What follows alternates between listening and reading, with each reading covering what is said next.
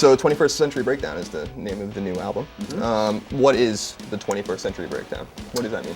I think like it's a breakdown and sort of like it's sort of a breakdown of what like different different issues or different crises that are going on like personally and also the world around you, and it's also like kind of like having a nervous breakdown also, so it's kind of a double meaning. And American Idiot was definitely had political undertones.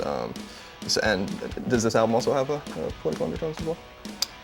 I think the record is sort of just snapshots of just different issues, whether it's hypocrisy and religion to trying to be working class during a financial crisis, people losing their homes to self-destruction, and but also trying to hold on to some sort of belief. So I mean, in that I think maybe I would. It's kind of topical, but it's also personal at the same time. Okay. American Idiot was a rock opera. Is there some sort of structure to the new record as well? Well, there's lots of structure. There's 3 acts. It's kind of we come from an album crafting background, and we always would think of like side A or side B. Even like when CDs became, people would say, "Oh, I love track 9 or 12." Like we always would think, "Oh, is that on the second side or the first side?" So now we just let's say, "F it, let's have 3-sided albums." First act is Heroes and Cons. Second act, Charlatans and Saints. The third act is Horseshoes and Hand Grenades. And the songs sort of like speak within the different acts, kind of similarly. Cool. Kerplunk, Dookie, Insomniac, Nimrod, and Warning all came out really close to each other. In the last 9 years, you guys have only released 2 albums. Are you guys taking more time to write the albums, or are you taking more time to do other things in your life? I think, well, first of all, I think our tours are a lot longer now, and so we'll go out and tour for quite some time, and the records themselves, there's a lot more content on the records, a lot more music, and I think at this point we really just want to put as much work and love and life and blood, sweat, tears, everything into our records as we can, and if that means taking a little longer, then we will sell no wine till it's time. You guys got your start here in the Bay Area in the punk rock scene.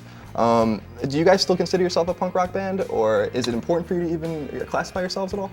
I think for us it's punk rock is kind of ground zero for us. It's like it's my main, been my education in a lot of different ways, just how to live your life and politically and and just also the music, and I've always been drawn to it. So yeah, I still consider ourselves a punk band. Okay. And you guys feel the same? Yeah. Okay. I have to tell you, I think you guys have a really great broad appeal to a lot of different people. My 50-year-old mother drives around listening to Dookie and Insomniac. My little cousin loves American Idiot without ever hearing any of your other We got albums. broad appeal. Yeah, I like that. I like the broads, hey. Animal magnetism. Yeah, notice the double entendre. So, do you guys go for that appeal intentionally, or is this something you even notice, or you really just write the music the way you want it? And we just write the music, and whoever wants to come out, come on out. It's not, I don't think it's specific for anybody. I mean, we got to please ourselves first, of course, Right.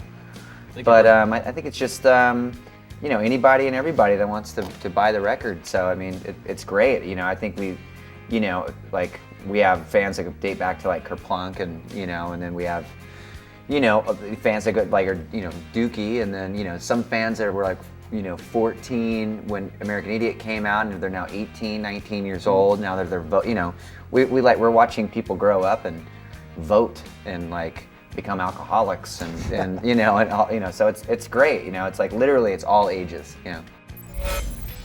I noticed that when last time I saw you guys in 2004, there was a various amount of people there. I saw you guys outside of Boston. The one thing I was fascinated about was your set list, actually. And I'm curious how you guys go about making your set list with having now 8 albums. Sharpie. A Sharpie, yes. Do you guys, how do you guys grab, for instance, you guys played King for a Day from Nimrod and Knowledge from your EPs. How do you grab these songs and put them on your set list in addition to your singles and the new material?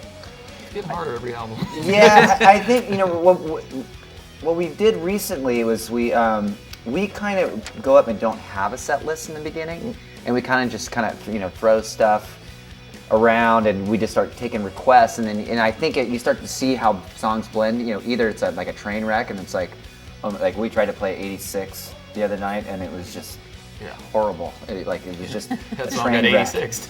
Yeah. So we stopped literally in the middle of the song. Like, oh god, that was terrible. Sorry about that. And but we just start to watch how it evolves, and it's interesting to play like a song like Jesus of Suburbia, and then do a a song like 2,000 Light Years Away, and it's also great to see how like over the years there's kind of like a connection between all the songs too. Yeah. Right. So my favorite Green Day song is Hashinga on Nimrod. Oh, cool. And just YouTubing, I went back and I hadn't realized that it was actually in the Kerplunk era you guys had wrote that song. And it's on the Dookie demo. So I'm curious, are there any songs that you guys have written and then maybe put away and then come back and thought it fit somewhere else? Yeah, there's been a lot of songs that we've that have come kind of back into our lives. Like there's a song called Horseshoes and Hand Grenades, which was written 5 years ago, and Butch Vig, who produced the record, really, it was like, we gotta record this song. So so we did, and then there was 4 songs that were written and completely reconstructed, and you've got this demo of a song I was listening to on a demo was a song called Emily, which has been completely reconstructed and turned into something else. And I was like, wow, that's it became Gloria. I know. That's I wasn't sure if you want the cat out of the bag. Oh, that's all right. That's the cool. trivia on that. Cool. And it was really a trip because it was a great song before, but did a 180 and ended up in a really like a much better, more amazing place. But still, you have a soft spot in your heart for the way it was too. And this music's awesome. It's the closest thing to magic there is.